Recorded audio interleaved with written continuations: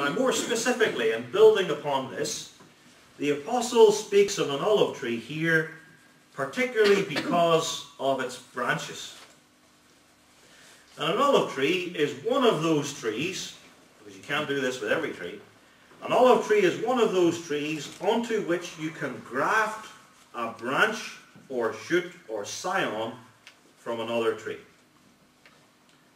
This is the idea. You go to another tree and you can cut off its branch or shoot, and then you insert the branch or shoot into a slit in the olive tree, and that ingrafted branch or shoot receives sap from the tree and brings forth fruit.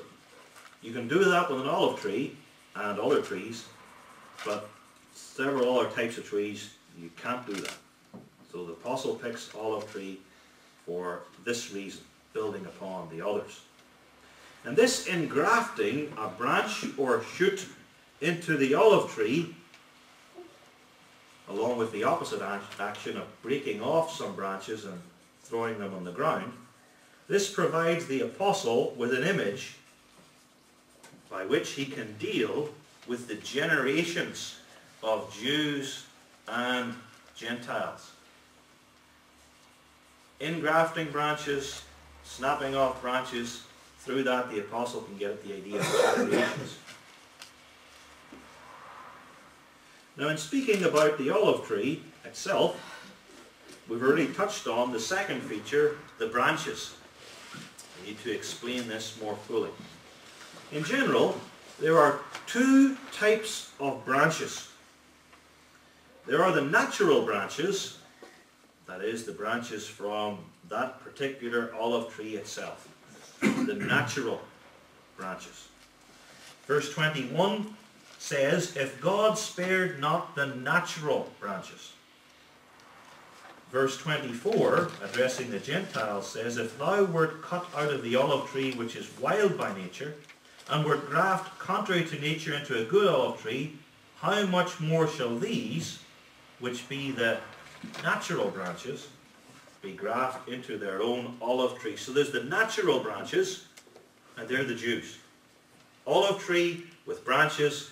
Some of the branches are natural branches, Jewish branches.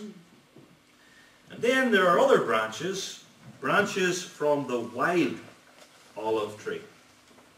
Verse 17 refers to this wild olive tree, and verse 24 says to the Gentiles, if thou wert cut out of the olive tree which is wild by nature.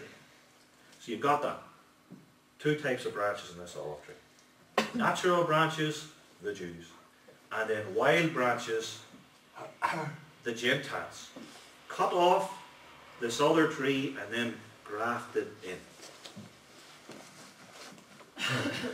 Going a step further, the Jews, that is the natural branches, can be either of two places. They're either on the olive tree or they're off the olive tree, lying as dead sticks underneath it.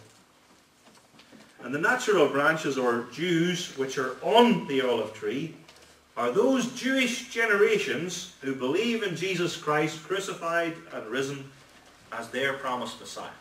They're on the tree. And the natural branches who are off the tree are the unbelieving Jewish generations. And it's not just the natural or Jewish branches which can be on or off the tree. Same thing with the Gentiles. The Gentiles, or the wild olive branches, they are either on the tree or off the tree. The wild branches which are on the tree, that's us, are believing Gentile generations who've been cut off the wild olive tree and grafted in to the good olive tree. And then the wild branches, which are off the olive tree, lying dead on the ground, are most of the people in this country. That is, unbelieving Gentile generations who have apostatized.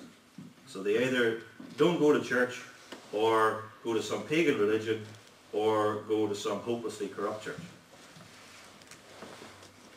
this is where we need to bring in and underscore the generational aspect of these branches.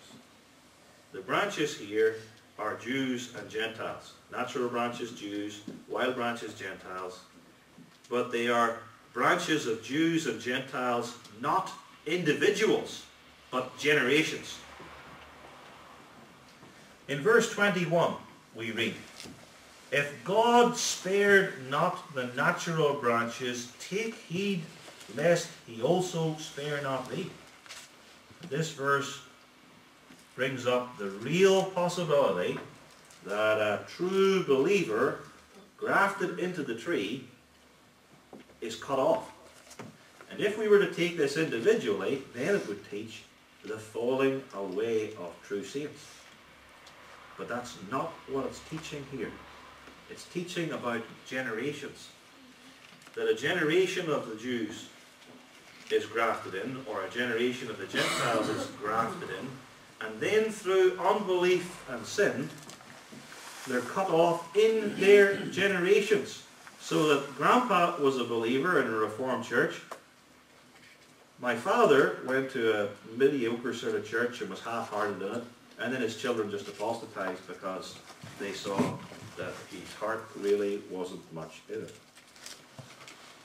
And this picks up a point I made earlier in this series, especially on Romans 11, verse 11, that this chapter deals with generations. And this is a covenantal passage, because God's covenant is made with believers and their seed in their generations, so that God is a God of us and our children. And God continues the generational aspect to his covenant in the way of faithfulness, and he cuts off when parents become slack in their religion, fall out of the church. These are the normal ways in which their children perish and go into the world. So we've explained the olive tree itself, and then second, the branches, Jews and Gentiles, some branches on, some taken off, in their generations. Now we turn to the third aspect of this tree, its root. And the root of the tree, singular, not plural, the root singular, is mentioned in verse 16, verse 17, and verse 18. And this is where it starts to get a little bit harder.